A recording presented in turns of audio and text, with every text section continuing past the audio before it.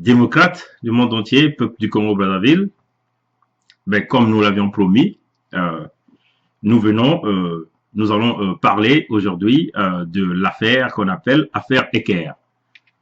C'est quoi Eker? Pour ceux qui ne savent pas, Eker c'est Équateur Congo Airlines et une compagnie aérienne du gouvernement du Congo-Brazzaville.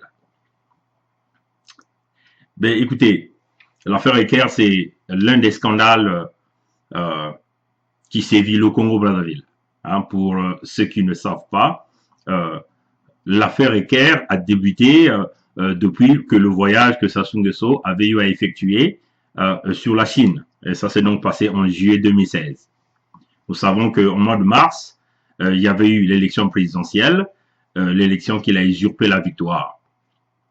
Après avoir s'autoproclamé gagnant de cette élection, il s'est retrouvé à une apocalypse économique et ce qui ferait que Sassou Nguesso était donc à la recherche de l'argent. Nous savons tous que en 2014, il y avait eu ce que nous appelons couramment le boom pétrolier au Congo-Brazzaville, où le pays avait fait d'énormes recettes hein, et d'énormes réserves d'argent. On nous parle même de 34% du PIB congolais à cette époque.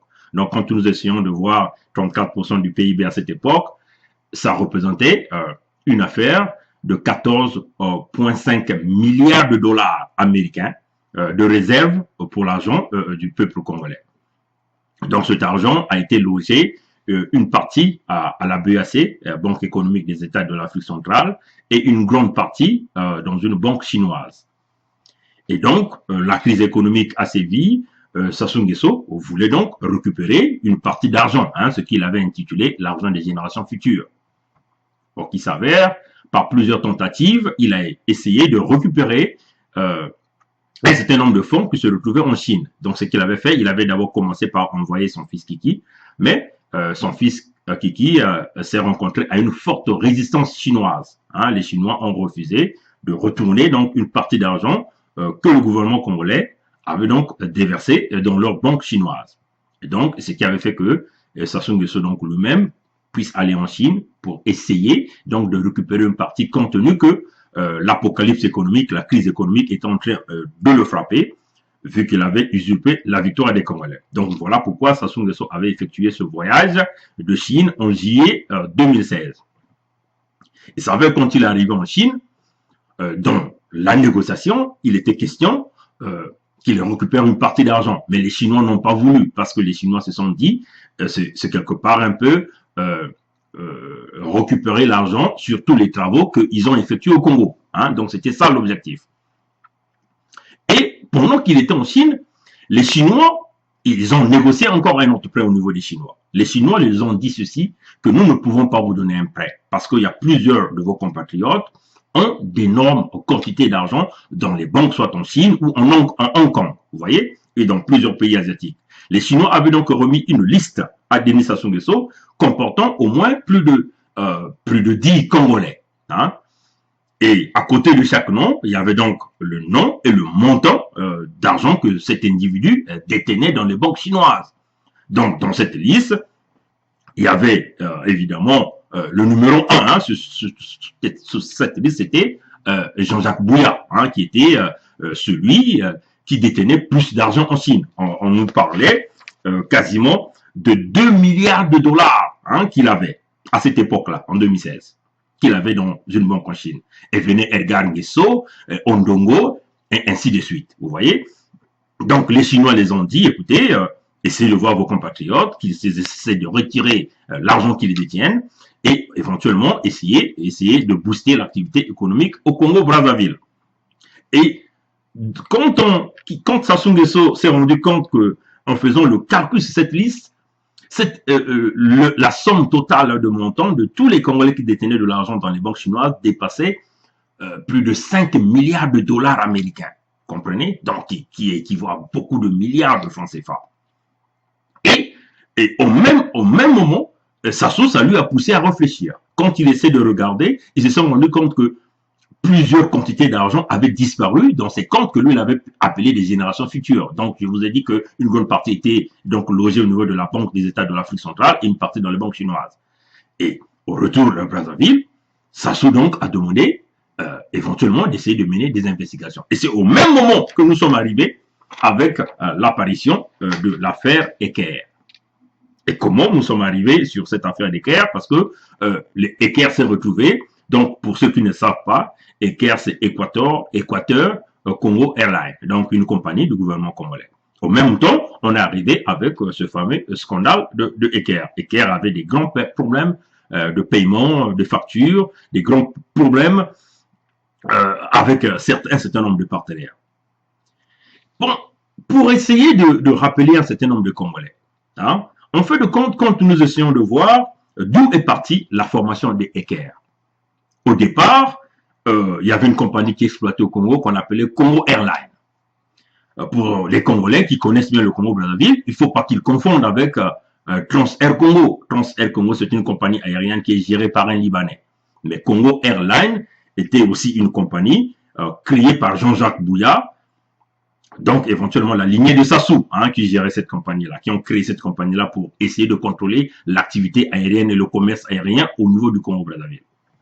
Et Congo Airlines, quand cette compagnie avait commencé, il y avait un partenariat sud-africain. Hein, donc c'est ce partenariat sud-africain qui avait donc amené des avions au niveau du Congo-Brazzaville.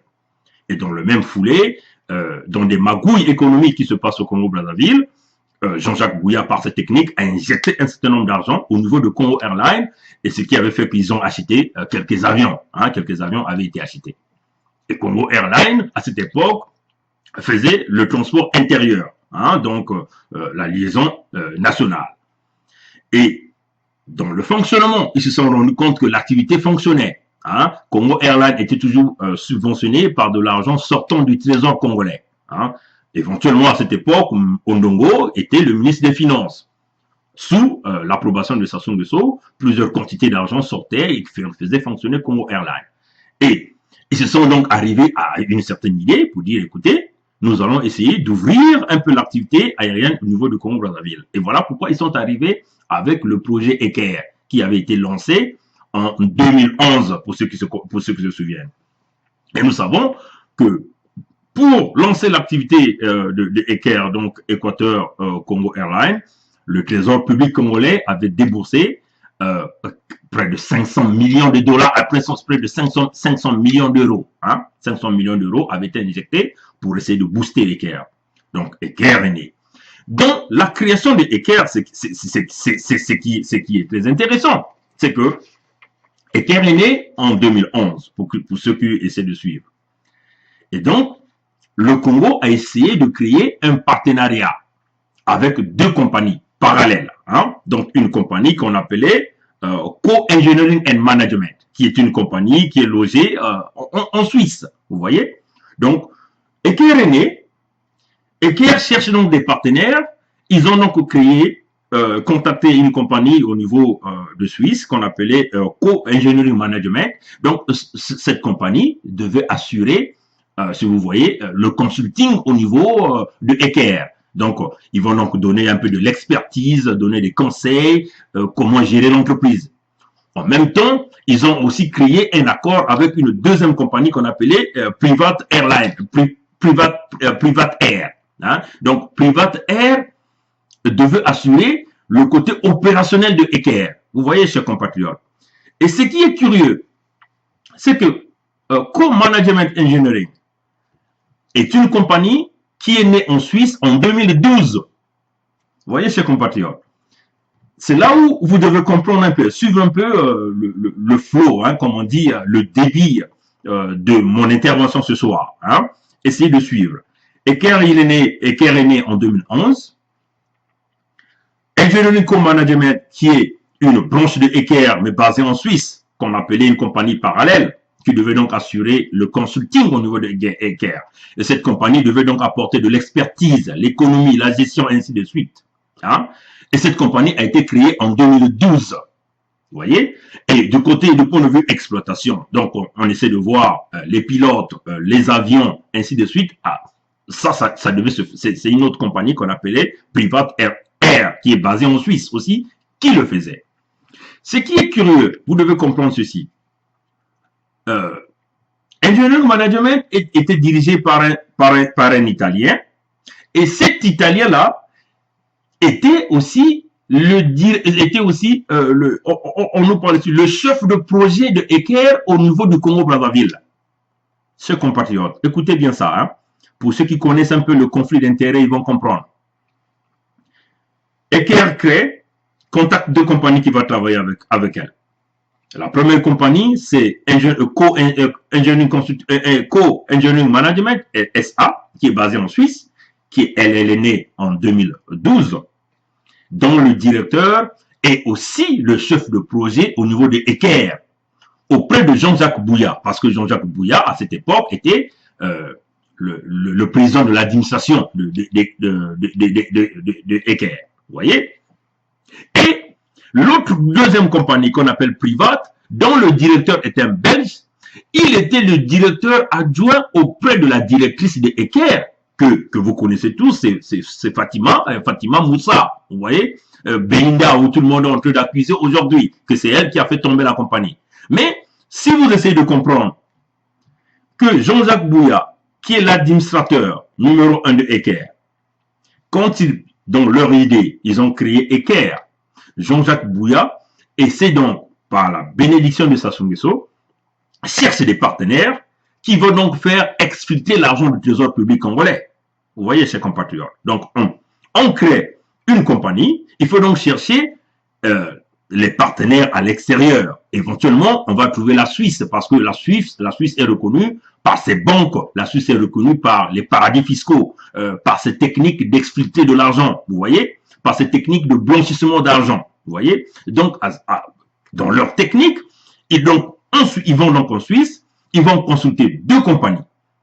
La première compagnie, c'est Co-Engineering Management, qui en fait a été créée après la création de Eker. Donc, ça a été créé spécialement pour sucer de l'argent du trésor public congolais. Vous voyez, parce que cette compagnie est créée du consulting au niveau de Eker. Le directeur de cette compagnie, qui devait gérer cette compagnie, mais est aussi le directeur de projet auprès de Jean-Jacques Bouya au niveau de Eker. Là, il y a un conflit d'intérêts. La deuxième compagnie qui assurait l'exploitation, donc chercher des pilotes, des mécaniciens, gérer un peu de l'activité technique, ainsi de suite. Cette deuxième compagnie, le directeur de cette deuxième compagnie est aussi nommé directeur adjoint auprès de la directrice générale de Eker, qui est Madame Moussa, vous voyez. Donc, là aussi, il y a un deuxième conflit d'intérêts. Et, chers compatriotes, tout en vous expliquant un certain nombre de choses, Madame Moussa, en fin de compte, ne détenait aucun pouvoir. Hein. Le grand pouvoir est détenu par Jean-Jacques Bouya. Le deuxième directeur au niveau de Private, qui était nommé directeur adjoint, avait le monopole de faire des grands virements de fonds, l'argent de Eker, envoyé en Belgique. Vous voyez? Donc, Madame Fatima Beina Moussa n'avait aucun pouvoir de décision. Donc, vous voyez? Donc, c'est une façon de vous expliquer ici les grands conflits d'intérêts qui existaient déjà depuis la création. Comparaison par exemple, hein, on nous rapporte seulement le mois de février 2015 que Eco Engineering Management avait perçu 488 000 euros pour 15 employés qui travaillaient pour, ça c'est pour un mois, hein, le mois de février seulement. Donc 15 employés de Co-Engineering Consulting Management avaient perçu 480 000 euros pour 15 employés. Vous voyez? Donc, c'est une façon juste de vous démontrer la liaison qui existait de pouvoir sucer l'argent du Congo-Brazzaville. Maintenant, nous avions tous suivi Madame Moussa au niveau de la Radio France Internationale. Elle essaie d'expliquer, mais en fin de compte, elle n'est que bouc émissaire. Hein? L'architecte derrière la faillite de Eker, derrière la chute de Eker, ce n'est pas Madame Moussa, mais c'est Jean-Jacques Bouya, sous la protection de Denis Sassou Nguesso lui-même, vous voyez? Parce que les deux compagnies qu'ils ont eu à créer après Eker, l'autre qui est Engineering Consulting Management SAO, elle était là, spécialement pour sucer de l'argent. sucer de l'argent. Donc, on crée des faux projets, des fausses initiations, on crée des pannes inutiles. Et en ce moment-là, on appelle la deuxième compagnie qui est Private Air et ils vont donc assurer l'entretien. Donc, c'est un véritable réseau. Donc, la seule façon de pouvoir sortir l'argent du trésor public congolais, d'essayer d'envoyer de l'argent, parce que là, on nous parle que des quantités d'argent en liquide étaient mis dans des avions équerres, passaient par Dubaï et se retrouvaient finalement en Suisse. Vous voyez, chers compatriotes. Mais l'artisan dans l'arnaque de équerres, qui aujourd'hui s'est retrouvé avec des employés se sont retrouvés avec quasiment 8 mois sans payer. Vous voyez, l'artisan, c'est Jean-Jacques Bouya. Mais derrière Jean-Jacques Bouya, il y a qui? Il y a Denis Sassou Nguesso lui-même. Derrière Jean-Jacques Bouya, il y a qui? Il y a Kiki Sassou Nguesso. Vous voyez, chers compatriotes. Donc, c'est une façon de vous dire que l'arnaque, le vol, en dehors des fonds qui se sont retrouvés des générations futures qu'ils ont eu à sucer au niveau de la BAC, non, notamment, je vous ai parlé qu'il y avait une réserve de plus de 14 millions, de plus de 14,5 millions de dollars. Vous voyez? Non, milliards de dollars. 14,5 milliards de dollars. 14,5 milliards de dollars de l'argent congolais, des réserves sur des recettes qu'ils ont eu à faire, des bénéfices qu'ils ont fait depuis 2002 jusqu'en 2014 au niveau du pétrole congolais. Cet argent s'était logé au niveau de la BAC, une grande partie dans les banques en Chine. Vous voyez, en dehors du vol qu'ils ont perpétré, ils ont continué à sucer le trésor public congolais par la bénédiction de Ondongo, la bénédiction de Sassou Nguesso. Et l'artisan, c'est Jean-Jacques Bouya. Jean-Jacques Bouya qui est là dans ses grands travaux, Jean-Jacques Bouya qui est là aujourd'hui. On essaie d'accuser Madame Moussa, mais en réalité, elle n'est qu'un bouc émissaire. L'arnaque derrière Eker, c'est Jean-Jacques Bouya. Il faut voir Jean-Jacques Bouya. Quand vous voyez Jean-Jacques Bouya, vous voyez Sassou Nguesso. Bon, maintenant, au départ, je vous ai dit que la création de Eker est partie de Air Congo. Air Congo qui continue d'exister jusqu'à aujourd'hui. Mais aujourd'hui, ce que les gens ne savent pas, les gens ne parlent seulement des travailleurs de Eker qui ont 8 mois sans salaire. Éventuellement, dans les salaires varient entre 150 000 francs CFA et 300 000 francs CFA, qui représentent une affaire quasiment entre 250 et quelques euros et 300 et quelques euros, qui n'est pas beaucoup. Mais à cela, il faut voir les travailleurs de Congo Airlines. De Congo Airlines, parce que Congo Airlines existe jusqu'à aujourd'hui. Les travailleurs de Congo Airlines, chers compatriotes, sont restés 3 ans sans salaire. Et Congo Airlines continue à exploiter jusqu'à aujourd'hui, mais les salaires, les employés ne sont toujours pas payés. Vous voyez, chers compatriotes. Et Congo Airlines est géré par le ministère de Transport au Congo, par le ministre de Transport au Congo. Donc, est géré par le gouvernement congolais. Mais, qu'est-ce qui se passe dans Congo Airlines? Ces ministres continuent d'aller chercher l'argent dans le trésor public congolais.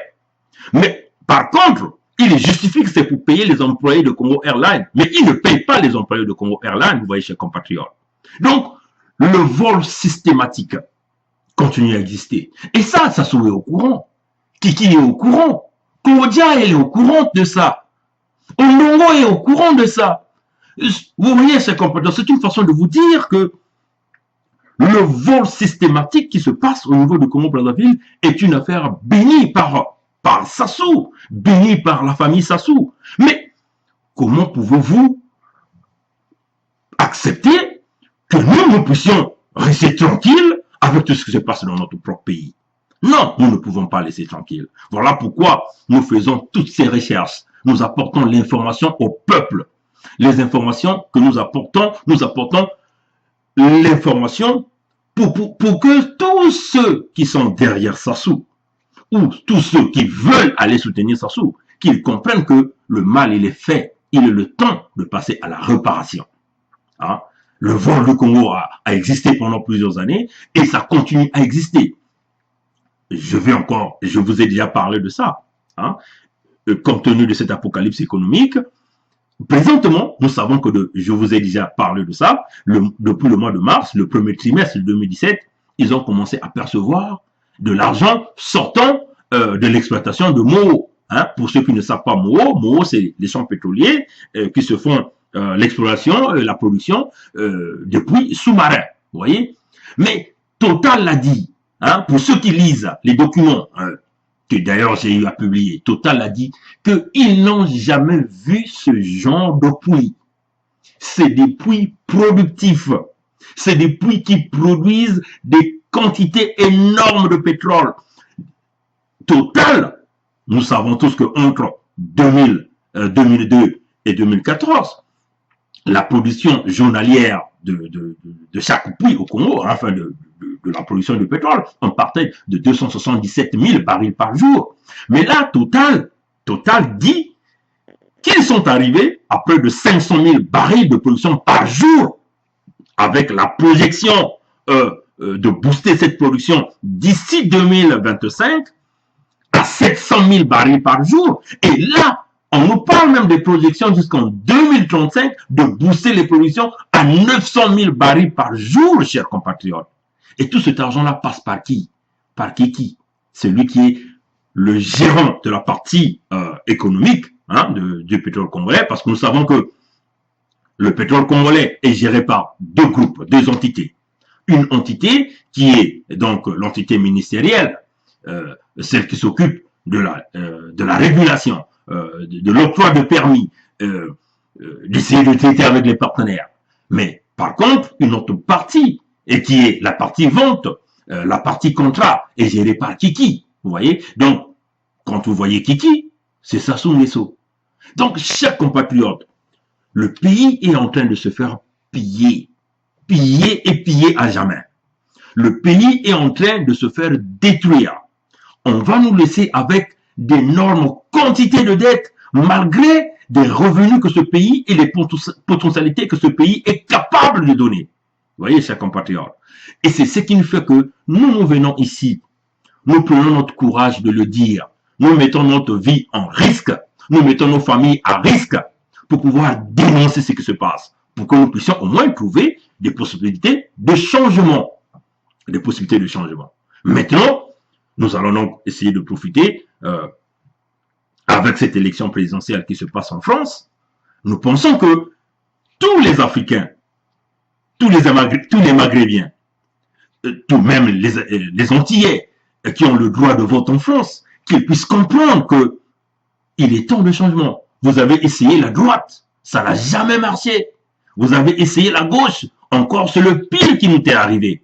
Alors, il faut essayer l'alternative. Vous connaissez l'alternative, je n'ai pas envie de vous le dire ici. Vous voyez, chers compatriotes. Essayez autre chose.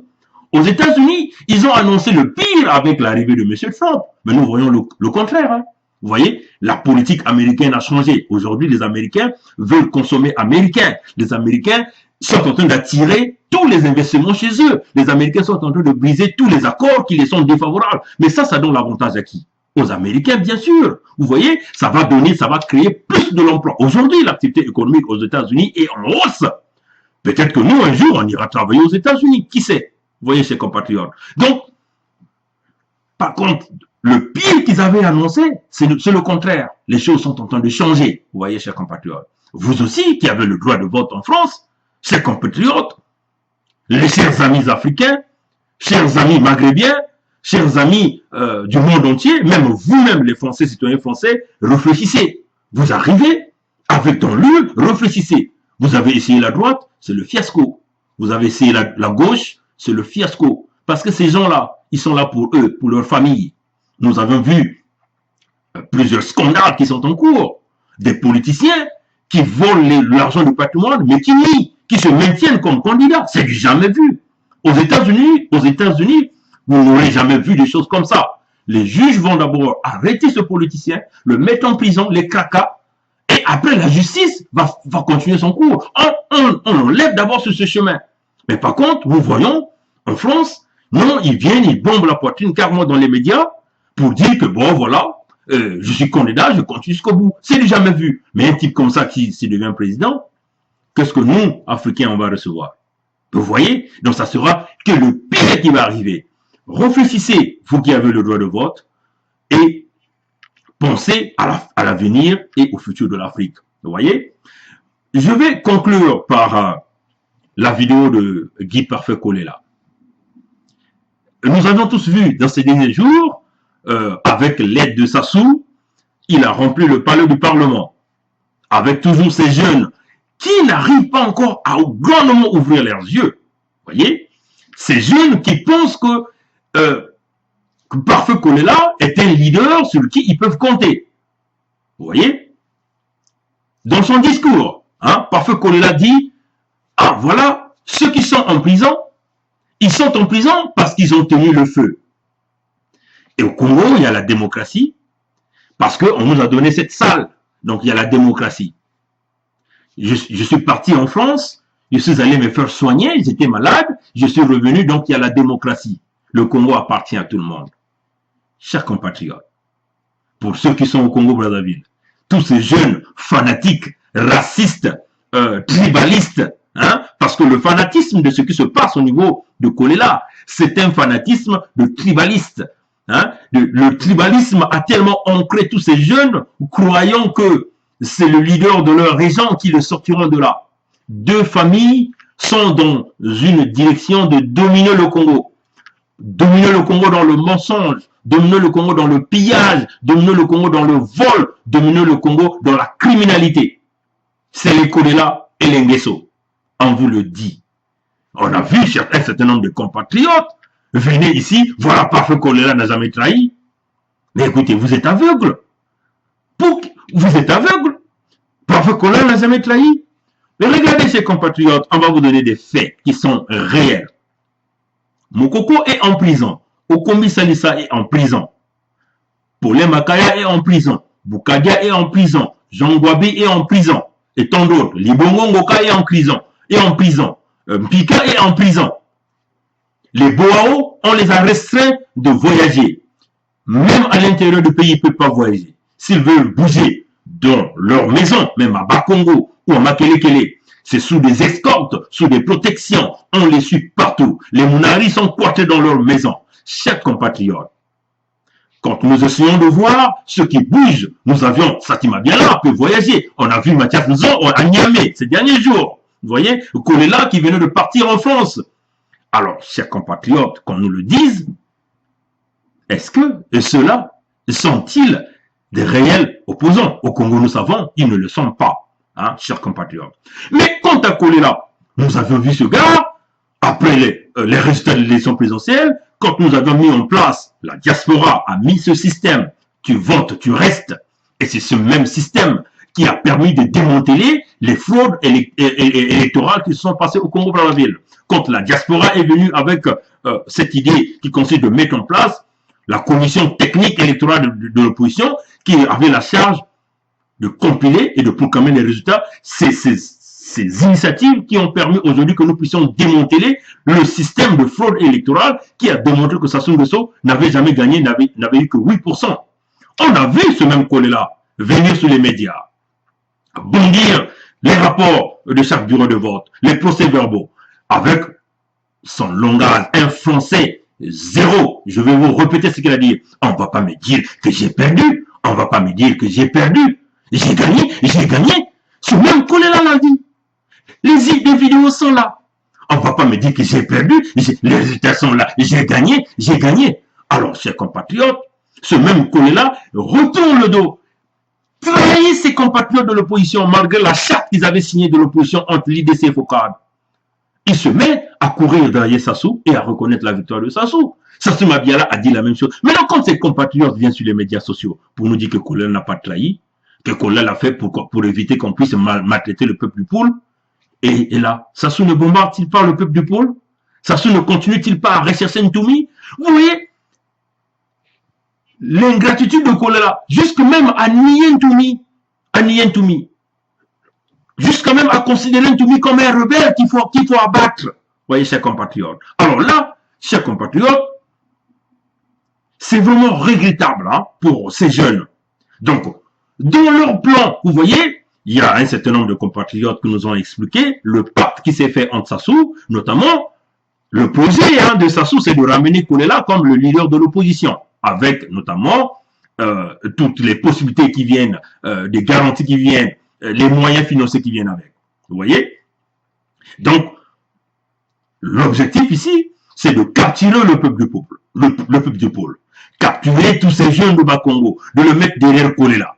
Et là, Sassou a mis en place plusieurs quantités d'argent pour essayer de distribuer dans les jeunes de Bas-Congo, Makelekele, Plateau, Mungali, pour que ces jeunes-là viennent assister Kolela dans le palais du Parlement, pour montrer que c'est vraiment un leader qui peut continuer à captiver des foules. Mais chers compatriotes, qu'on ne vous le cache pas, le monde que vous avez vu au palais du Parlement, c'est des jeunes qui ont été cooptés, des jeunes qui ont été payés, des jeunes qui ont reçu d'énormes quantités d'argent pour venir supporter Kolela. Kolela n'est pas un leader. Le mal du Congo, c'est deux familles. Les Sassou, les Kolela. Le père, c'est ce qui est vrai. D'autres compatriotes sont venus dire, bon voilà, c'était un homme politique charismatique. On ne va pas le refuser au père. Mais nous savons le jeu que Kolela père a eu à faire. Notamment le président Issouba qui avait été élu en 91-92.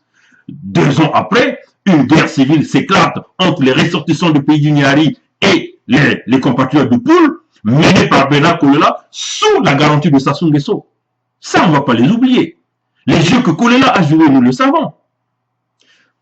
Oh, mais le même Kolela, quelques temps après, sachant que Sassou Nguesso ne pouvait plus lui donner de l'argent parce que Sassou n'avait pas de moyens, il a cherché un accord avec l'Issouba, il se retrouve Premier ministre dans le gouvernement d'Issouba jusqu'à la fin de la guerre, et jusqu'à la fin de la guerre, il est devenu partenaire de l'Issouba.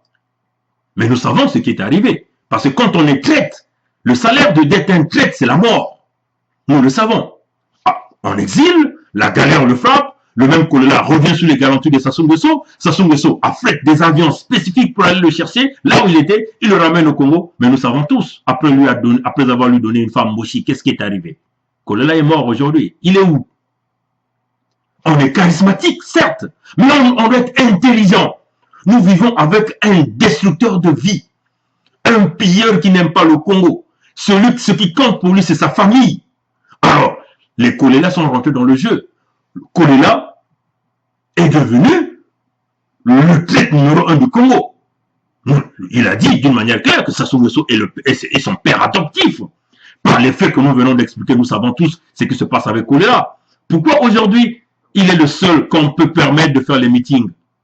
Les Mounari ont essayé une salle la fois dernière, même pour essayer de faire rassembler les femmes du Congo le 8 mars passé. On n'a pas permis à Mounari de le faire. On n'a pas permis à Boao de le faire.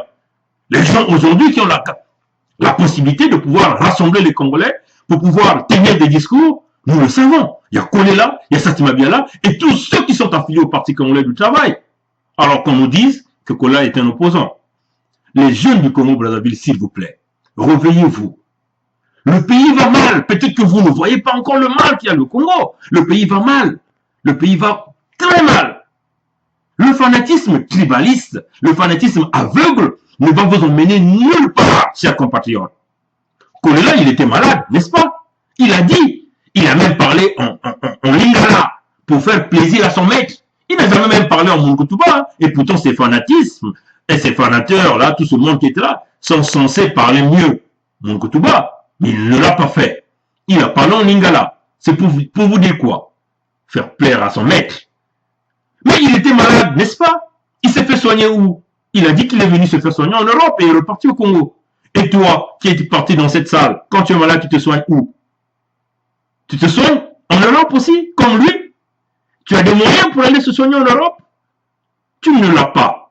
Tu te soignes au Congo, là où tout manque.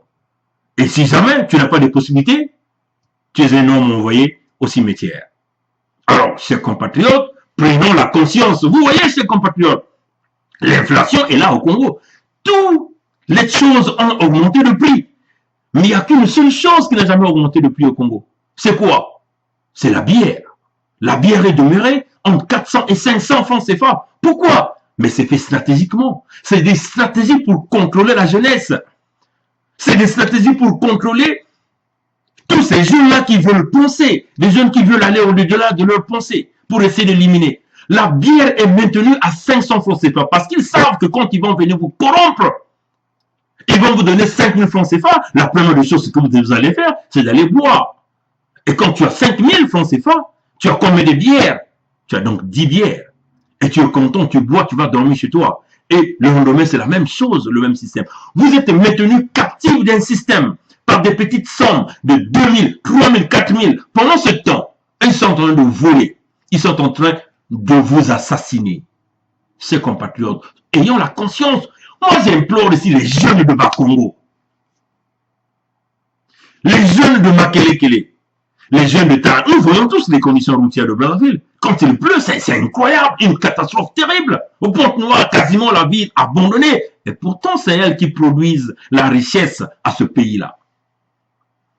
Alors, prenons la conscience, chers compatriotes. Nous ne venons pas ici pour se faire voir, pour montrer qu'on est des braves. Non, pas du tout. Tous nous avons le souci de ce pays. Voilà pourquoi nous venons ici. Vous voyez? Ne pensez pas ici que nous souffrons. Ne pensez pas ça. On ne souffre pas ici. Ce n'est pas la fin qui nous emmène ici pour venir vous parler. On a tous envie de venir investir dans ce pays, mais nous ne pouvons pas venir investir dans ce pays dans de telles conditions. On a tous envie de venir donner du travail à nos parents, à nos petits frères, à nos cadets, à transformer le Congo, mais nous ne pouvons pas le faire dans ce genre de conditions, pendant que les autres sont en train d'évoluer. Les autres sont en train de créer la richesse. Nous, on ne fait que reculer. Nous ne faisons que reculer. Pourquoi nous reculons? Parce que là, nous avions en face de nous un homme qui n'a jamais eu la vision pour le Congo-Brazzaville. Ayons la conscience, chers compatriotes, ceux qui sont dans la diaspora, ceux qui ont leurs parents au Congo.